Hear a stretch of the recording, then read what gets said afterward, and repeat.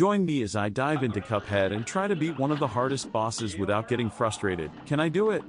Cuphead is a run-and-gun indie game that's known for its super challenging gameplay and unique art style inspired by 1930s cartoons.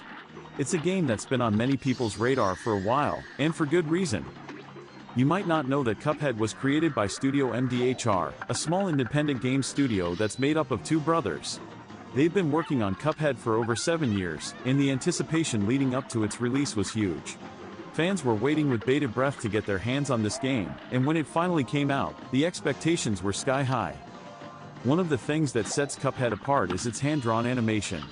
Each frame is meticulously crafted to look like it was ripped straight from a 1930s cartoon. The characters are vibrant, the backgrounds are detailed, and the whole game has this amazing nostalgic feel to it. And then there's the jazz soundtrack, which perfectly complements the game's style. It's catchy, it's upbeat, and it's infectious.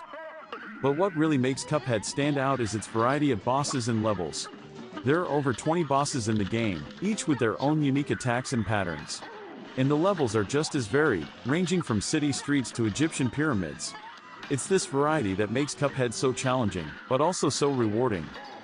Whether you're fighting a giant flower or a robotic bird, each boss fight is a puzzle that needs to be solved. You need to learn their attacks, exploit their weaknesses, and stay focused for what can sometimes be a very long time. It's not easy, but when you finally emerge victorious, it's an incredible feeling. Cuphead is a game that's all about mastery. It's about learning from your mistakes, improving your skills, and pushing yourself to be better. And when you play with a friend in co-op mode, it's an entirely different experience. You need to work together, communicate effectively, and rely on each other to get through the tough spots. However, Cuphead isn't a game for everyone. The steep learning curve can be off-putting for casual gamers, and the frustration can sometimes be overwhelming. I've lost count of how many times I've died in this game, and it's not uncommon to fail a boss fight 10 or 20 times in a row. But that's all part of the experience, right? When you compare Cuphead to other challenging games like Dark Souls or Hollow Knight, it stands out in terms of its visual style and gameplay mechanics. There's nothing quite like Cuphead out there, and that's what makes it so special. It's a game that's not afraid to be different, to take risks, and to push the boundaries of what's possible. I still remember the first time I defeated King Dice, one of the toughest bosses in the game. I was jumping up and down in my seat, screaming with joy, and generally making a fool of myself. It was an incredible feeling, and it's a memory that I'll always treasure. Overall, I'd give Cuphead a solid 9 out of 10.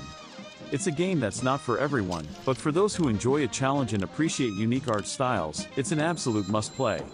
So if you're up for the challenge, be sure to give Cuphead a try. And if you're new here, consider subscribing for more gaming content. We've got a whole series on challenging games, and I'd love to hear about your own Cuphead experiences in the comments below. Thanks for watching, and I'll catch you in the next video.